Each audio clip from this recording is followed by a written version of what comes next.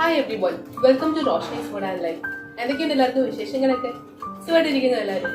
അപ്പോൾ ഇവിടെ ഞങ്ങൾ സുഖമായിട്ടിരിക്കുന്നു, കുഴപ്പമൊന്നുമില്ല, ഹാപ്പിയാണ്. അപ്പോൾ ഇന്നത്തെ നമ്മുടെ റെസിപ്പി വേറൊന്നുമല്ല, ഒരു ഫിഷ് ഐറ്റമാണ്. അപ്പം നമ്മുടെ സ്വന്തം ഫിഷ് മസാല. അപ്പം മീൻ കറി, നമ്മൾ സാധാരണ മുളകിട്ട മീൻ കറി, ഇപ്പം മീൻ വറുത്ത് അല്ലെങ്കിൽ മീൻ പീര വെച്ചൊക്കെ കഴിച്ചിരിക്കുന്നവർ ഒരു ചേഞ്ചിന് വേണ്ടി നമ്മുടെ ഫിഷ് മസാല ഇത് ട്രൈ ചെയ്ത് നോക്കിക്കേ. നല്ല കിട്ടിലനായിട്ടാണ് കേട്ടോ. അപ്പോൾ ചോറിൻ്റെ കൂടെ ഒക്കെ നല്ല പൊളിച്ച സാധനമാണ്. അപ്പോൾ ട്രൈ ചെയ്ത് നോക്കണം. അപ്പോൾ നമുക്ക് സമയമായിട്ട് കളയണ്ട, നമുക്ക് നോക്കാം എങ്ങനെയാണ് നമ്മുടെ കിടിലൻ ഫിഷ് മസാല തയ്യാറാക്കുന്നതെന്ന്.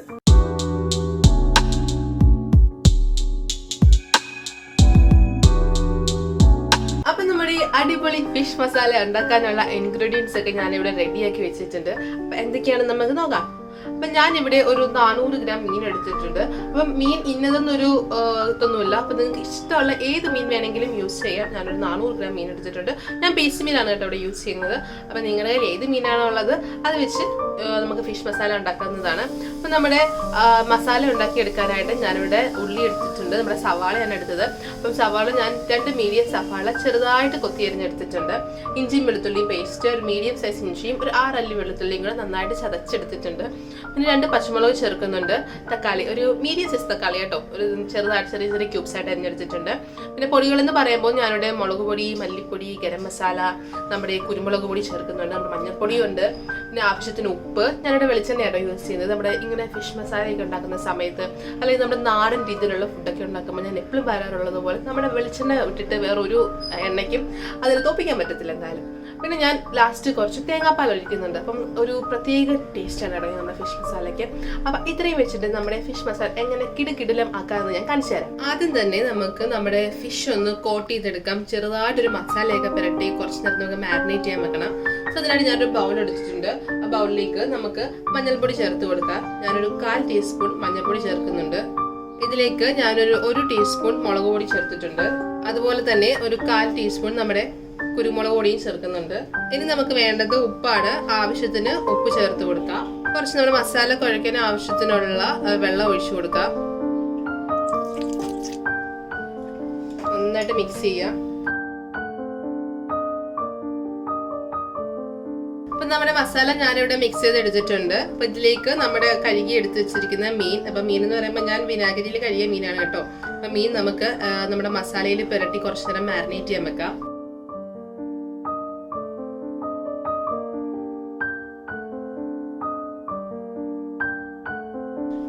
നന്നായിട്ട് മാരിനേറ്റ് ചെയ്യാം.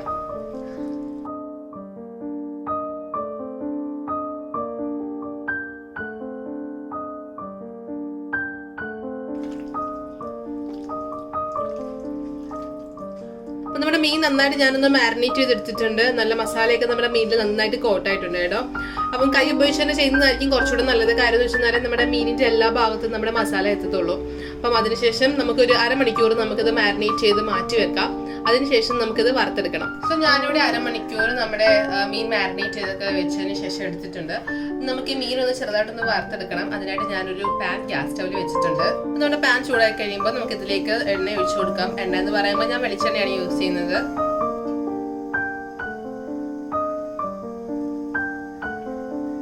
നമ്മുടെ എണ്ണ ഇപ്പം ചൂടായിട്ടുണ്ട്. ഇതിലേക്ക് നമ്മുടെ മീൻ ചേർത്ത് കൊടുക്കാം.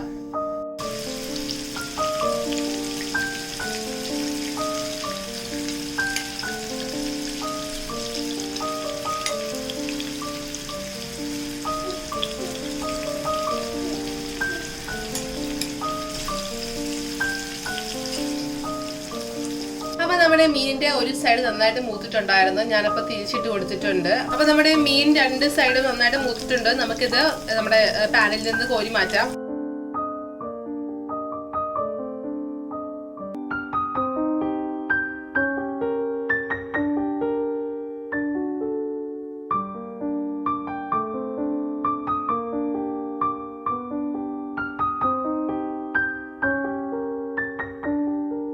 അപ്പൊ നമുക്ക് ഈ എണ്ണ ഇനി കളയേണ്ട ആവശ്യമില്ല. ഈ എണ്ണയിൽ തന്നെ നമ്മുടെ മസാല റെഡിയാക്കി എടുക്കാവുന്നതാണ്.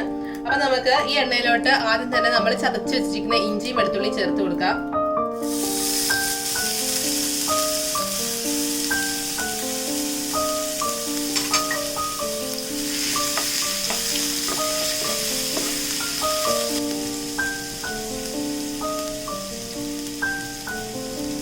ഇതിലേക്ക് നമ്മുടെ നമ്മുടെ കറിവേപ്പിലയും പച്ചമുളക് കൂടെ ആഡ് ചെയ്ത് കൊടുക്കാം.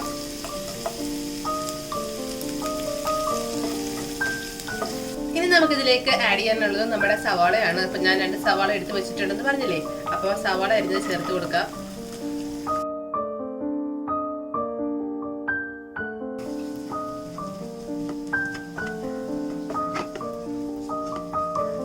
നമ്മുടെ മസാലയ്ക്ക് ആവശ്യമായ ഉപ്പ് ചേർത്ത് കൊടുക്കാം. അപ്പൊ ശ്രദ്ധിക്കേണ്ട കാര്യം, നമ്മൾ മീൻ വറുത്തെടുത്ത സമയത്ത് നമുക്ക് അതിലേക്ക് ഉപ്പ് ആഡ് ചെയ്തിട്ടുണ്ടായിരുന്നു. അപ്പം നമ്മുടെ മസാലയ്ക്ക് ആവശ്യമായ ഉപ്പ് മാത്രം ചേർത്ത് കൊടുത്താൽ മതി. ഞാൻ കുറച്ച് ഉപ്പ് ചേർത്ത് കൊടുത്തിട്ടുണ്ട്.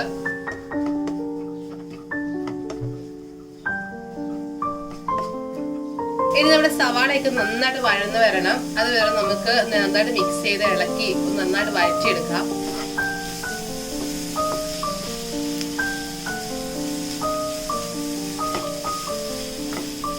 നമ്മുടെ ഉള്ളിയൊക്കെ നന്നായിട്ട് വഴന്നിട്ടുണ്ട് കേട്ടോ. അപ്പൊ നമുക്ക് ഇതിലേക്ക് നമ്മൾ എടുത്ത് വെച്ചിരിക്കുന്ന നമ്മുടെ തക്കാളി ചേർത്ത് കൊടുക്കാം. ഇനി നമുക്ക് വേണ്ടത് നമ്മുടെ തക്കാളിയും ഉള്ളിയും എല്ലാം കൂടെ മിക്സ് ആയി നമ്മുടെ തക്കാളി നല്ല വെന്ത് ഉടയണം. അതാണ് നമ്മുടെ പരുവ് എന്ന് പറയുന്നത്. അപ്പൊ അതുവരെ നമുക്ക് വെയിറ്റ് ചെയ്യാം.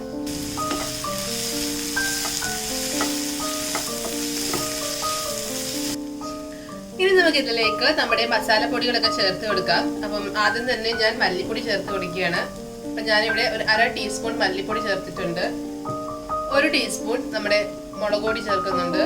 പിന്നെ മുളക് പൊടിയൊക്കെ നിങ്ങളുടെ ഇഷ്ടത്തിനനുസരിച്ച് ചേർക്കാം കേട്ടോ. നിങ്ങളുടെ എരിവിനും ഇഷ്ടത്തിനും അനുസരിച്ച് നിങ്ങൾക്ക് ചേർത്ത് കൊടുക്കാവുന്നതാണ്.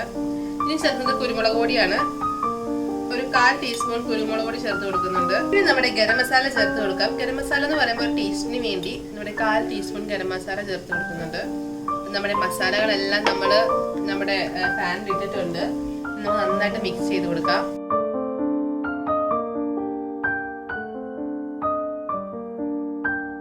ഇനി നമുക്ക് നമ്മുടെ വെള്ളം ഇതിലേക്ക് ഒഴിച്ചു കൊടുക്കാം. അപ്പം വെള്ളത്തിലിരുന്ന് കുറച്ചു നേരം ഇരുന്ന് വേവിട്ട് നമ്മുടെ മസാലയൊക്കെ ഒന്ന്.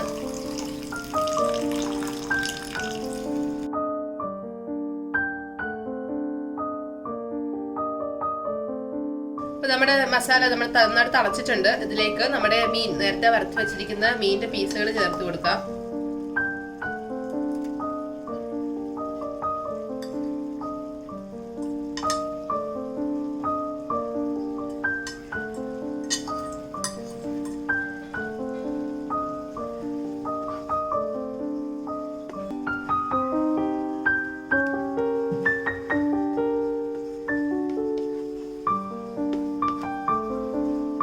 കുറച്ചു നേരം ഒന്ന് മൂടി വെച്ച് വേവിച്ചെടുക്കാം.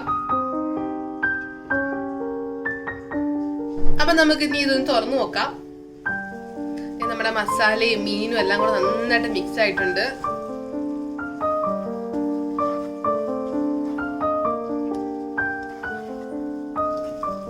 ഞാൻ ഉപ്പ് നോക്കട്ടെ. ഇതിന്റെ കുറച്ച് ഉപ്പിന്റെ കുറവുണ്ട്.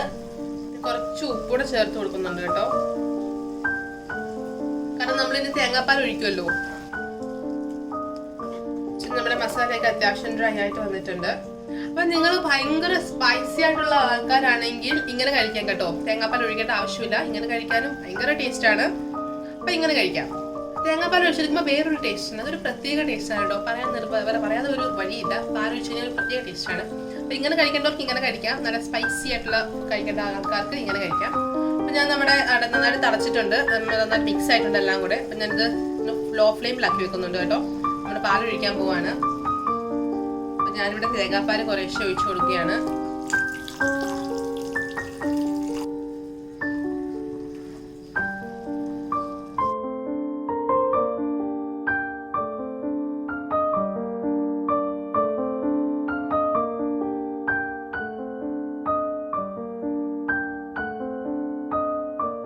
അപ്പൊ നമ്മുടെ ചെറുതായിട്ട് കൊമളുകൾ ഇങ്ങനെ തിളച്ച് വരാൻ തുടങ്ങിയിട്ട് ഒരുപാട് കിടന്ന് തിളയ്ക്കൊന്നും വേണ്ട. ചൂടായാൽ മാത്രം മതി. ഇതിനൊരു സീക്രട്ട് ഉണ്ട് കേട്ടോ. ലാസ്റ്റ് ഞാൻ ചെയ്യുന്നൊരു ടിപ്പ് ഉണ്ട്. എന്താ ഞാൻ പറഞ്ഞുതരാം. നമുക്ക് ഫ്ലെയിം ഒന്ന് ഓഫ് ചെയ്യാം. ലാസ്റ്റ് കുറച്ച് പച്ചവെളിച്ചെണ്ണ എടുത്ത് നമ്മുടെ കറിയുടെ മുകളിലൂടെ കുറച്ച് ഒഴിക്കാം. എന്നിട്ട് നന്നായിട്ടൊന്ന് മിക്സ് ചെയ്ത് വെളിച്ചെണ്ണ ഒഴിച്ചിട്ട് നമുക്ക് അതിന്റെ മുകളിലോട്ട് കുറച്ച് പച്ച കറിവേപ്പില ഇങ്ങനെ വിതറി കൊടുക്കാം. എന്നിട്ട് നമുക്ക് അടച്ചു വെച്ച് കുറച്ചു നേരം വെക്കാം. ഇനി നമുക്ക് നമ്മുടെ ഫിഷ് മസാല തുറന്നു നോക്കാം. ആരേ വാ, കണ്ടോ നമ്മുടെ ആ തുറക്കുമ്പോഴേ ആ പച്ച വെളിച്ചെണ്ണയൊക്കെ ഒഴിച്ച കറിവേപ്പിലയുടെ എല്ലാം കൂടെ മണവും കൂടെ അടിച്ചിട്ടുണ്ടല്ലോ. സൂപ്പർ ആയിട്ടുണ്ട്. കാണുമ്പോൾ തന്നെ മനസ്സിലാകുന്നില്ല നല്ല അടിപൊളി കറിയാണെന്ന്. സോ നമ്മുടെ ഫിഷ് മസാല റെഡി ആയിട്ടുണ്ട്. അപ്പൊ നമുക്ക് ഒരു സെർവിങ് ബൗളിലോട്ട് മാറ്റാം. അപ്പൊ നമ്മുടെ ഫിഷ് മസാല ഞാനൊരു സെർവിങ് ബൗളിലോട്ടൊക്കെ മാറ്റിയിട്ടുണ്ട്. അപ്പൊ നല്ല അടിപൊളി റെസിപ്പിയാണ് കേട്ടോ. എല്ലാവരും ട്രൈ ചെയ്ത് നോക്കണം. ആ പച്ച വെളിച്ചെണ്ണയും ആ കരിവേപ്പിലയുടെ ഒക്കെ അങ്ങോട്ട് മണം ഉണ്ടല്ലോ, സൂപ്പറാണ്. നമുക്ക് വേറെ ഒന്നും വേണ്ട ചോറ് കഴിക്കാനായിട്ട്, ഇത് മാത്രം മതി. അതുപോലെ ടേസ്റ്റ് ആണ്. എല്ലാവരും ട്രൈ ചെയ്ത് നോക്കണം. ട്രൈ ചെയ്ത് നോക്കിയിട്ട് നിങ്ങളുടെ അഭിപ്രായങ്ങളൊക്കെ കമന്റ് ബോക്സിൽ ഇടുകയും വേണം കേട്ടോ. അപ്പൊ വീഡിയോ ഇഷ്ടപ്പെട്ട് കഴിഞ്ഞാൽ തീർച്ചയായിട്ടും നിങ്ങൾ ലൈക്ക് ചെയ്യണം. ഫ്രണ്ട്സിനും റിലേറ്റീവ്സിനൊക്കെ ഒന്ന് ഷെയർ ചെയ്യണം കേട്ടോ. അപ്പൊ ആരെങ്കിലും ഒക്കെ ആദ്യമായിട്ട് കാണുന്നവരുണ്ടെങ്കിൽ ചാനൽ സബ്സ്ക്രൈബ് ചെയ്യാൻ മറക്കല്ലേ. തൊട്ടടുത്തുള്ള ബെല്ലൈക്കനോട് പ്രസ് ചെയ്തേക്ക്. അപ്പൊ ഞാൻ ഇടുന്ന വീഡിയോസ് ഒക്കെ നിങ്ങൾക്ക് നോട്ടിഫിക്കേഷൻ ആയിട്ട് കിട്ടും. അപ്പൊ ഒന്നും മിസ് ചെയ്യാതെ കാണാമല്ലോ. അപ്പൊ അടുത്തൊരു അടിപൊളി വീഡിയോ ആയിട്ട് ഞാൻ വേഗം വരാം. അതുവരെ ബൈ, ടേക്ക് കെയർ. രുചിയുടെ വർണ്ണങ്ങൾ നിങ്ങളുടെ മനസ്സ് നിറയ്ക്കട്ടെ. സ്നേഹത്തോടെ റോഷ്നീസ് ഫുഡ് ആൻഡ് ലൈഫ്.